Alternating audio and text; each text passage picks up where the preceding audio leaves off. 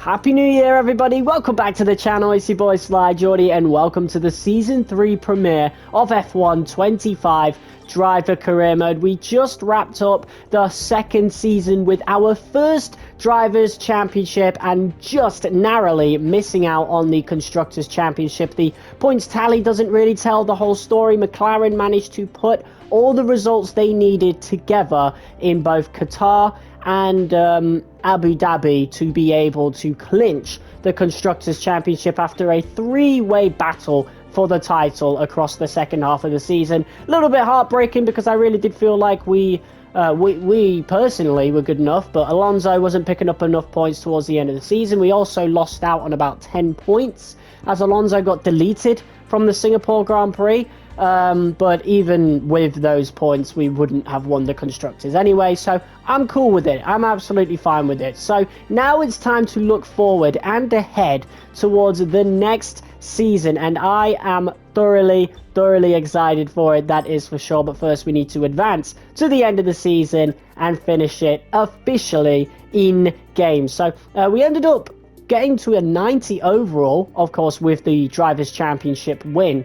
I think a summary will come up right here. Here we go. So here's the recognition at the end of the season. We are 51% over on Fernando Alonso. Of course, we are the Drivers' Champion, the future of the Aston Martin brand. Fernando Alonso is nearing retirement and becoming an ambassador. I think he's going to be going on till the next season, though. So, yeah, it's going to be a pretty good partnership. But there is our statistics for the end of Season 2. 8 wins, 2 pole positions, 332 championship points, first in the championship, and we went up from an 80 overall to a 90 overall, and up 7% to 51% recognition. The higher the recognition, the more we can dictate what upgrades go in the car and whatnot. But there we go, Drivers' Champion right there. That's new.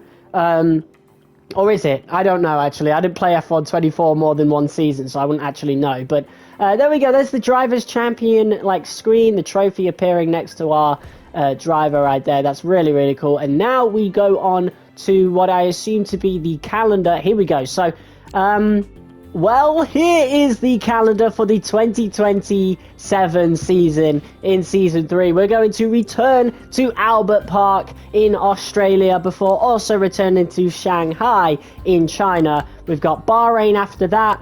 Imola remains on the calendar, of course. Spain will remain on the calendar. I know I did say in the Season 2 premiere that Canada and Spain were going to rotate, but just so happened that you know, I didn't have enough tracks out of all the tracks that I actually wanted for the season, and so I just thought, you know what, why not add Spain? It's always a track that has been one of the more challenging circuits on the calendar.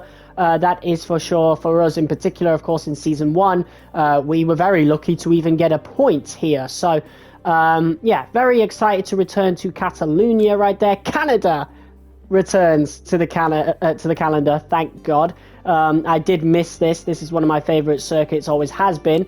Of course, Austria Reverse at the Red Bull Ring remains on the calendar. Silverstone is finally removed. I've never been a big fan of Silverstone, to be fair, but the Silverstone Reverse, really fun, to be quite honest. Maybe it's just, you know, I've seen so much of Silverstone over the years, I'm kind of sick of it, to the point that the reverse part, it's just a reverse, not a reverse, but it's a breath of fresh air, really. So I really enjoyed this track in Season 2, so obviously it's going to remain on the calendar. Spa, of course, that goes without saying. Zandvoort Reverse was also pretty fun. That's going to remain on the calendar. Monza returns. That's right, we've got 2 Italian Grand Prix in Season 3 here. Baku remains on the calendar. So does Singapore. Texas returns, always one of my favorite tracks, but there's so many American tracks. I usually stick with one, and Miami is a bit of a broken track in this game. It will eventually return, probably in Season 4, but for now I wanted to bring back Texas.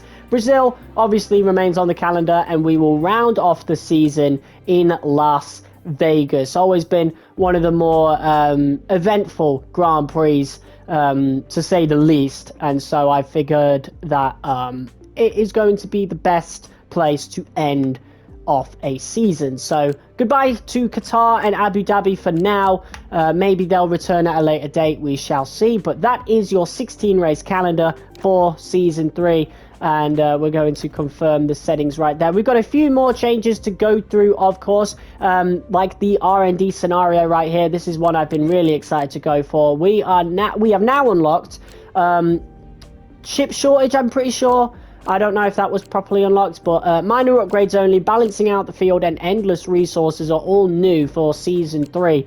And balancing out the field is one that I am really, really excited for. So that is the one we're going to go with. This will result in the team leading the performance chart being required to remove and upgrade every race weekend, hampering that team's development until they are no longer the performance leader. So, yeah, that's going to be really, really interesting to say the least. And honestly, this video won't be that long, and not as long as the first one anyway, but of course we still have some reveals to do as we wait for this cutscene to pass. I don't know why it drags on for so long, but we've got a bunch of upgrades still to do, and looks like we've actually got a new teammate. Oh my god, driver moves. Alonso has left Aston Martin, so Honda have pulled some strings and Alonso is out. Fernando Alonso is out of Formula One, not by retirement. He's just left, I suppose. Maybe he's, you know, gone up to be an ambassador. I guess he's not officially retired. He could always return, but yeah, Yuki Tsunoda. We did say, we did know that he was on the outs with Red Bull, and looks like Honda have come to his rescue, and we have a new teammate. I am actually stoked for that. I love Tsunoda, I really do. Such a great driver. It's going to be really awesome having him as my teammate. Aiden Jackson, a debuting driver, will replace Tsunoda at Red Bull, so that's going to be interesting. And Cali Meyer also goes to Red Bull, replacing Colapinto. So Red Bull, once again, a fully new team. Just like, I mean, Red Bull, definitely the most chaotic team in this career mode, that is for sure. Definitely really, really interesting. Maybe it was a good thing that we left when we did, but yeah, we go down here. Wait, where is the Red Bull drivers? Their overall is a lot lower than I thought it would be. Or they're not here for some reason. Am I blind? I don't know, I might be blind. But yeah, there's Colapinto all the way out there. Yuki Tsunoda, 84 overall for Aston Martin. That is so interesting, man. For some reason, in terms of like the driver ratings, Cali Meyer and Aiden Jackson just aren't appearing. Maybe I have to skip ahead a little bit. We'll do that and get some of those weekly resources. Right, hopefully that's fixed itself now, but we know those guys are new. No, they're not appearing for some reason, but they are there on the calendar right at the bottom right there. I think maybe they need to make their debut first, but we know they are high overalls. They're from the Breaking Point story mode at least. But yeah, time to now go into customization. We'll be using number 1 for this season, probably. I think it gave me the option just before. I don't know. Usually it would give me the option, but yeah, here is our new helmet. This is the one we're going for, the black and purple with the gold trim, signifying our championship status. Very, very excited to use this helmet, of course. And yeah, that is pretty much it. Charles Leclerc is the highest rated driver this season. Very strange that, considering... Oh no, not considering anything. He did finish ahead of Verstappen. So, yeah. That is so interesting that Fernando Alonso has left Aston Martin. We're actually the second best team on the grid, with the field balanced out, or with upgrades that we've received later on in the season. So, yeah, it's going to be really, really interesting. But the big changes, of course, is that we're going to be live streaming this series from now on. We're going to move the difficulty up to 104, and...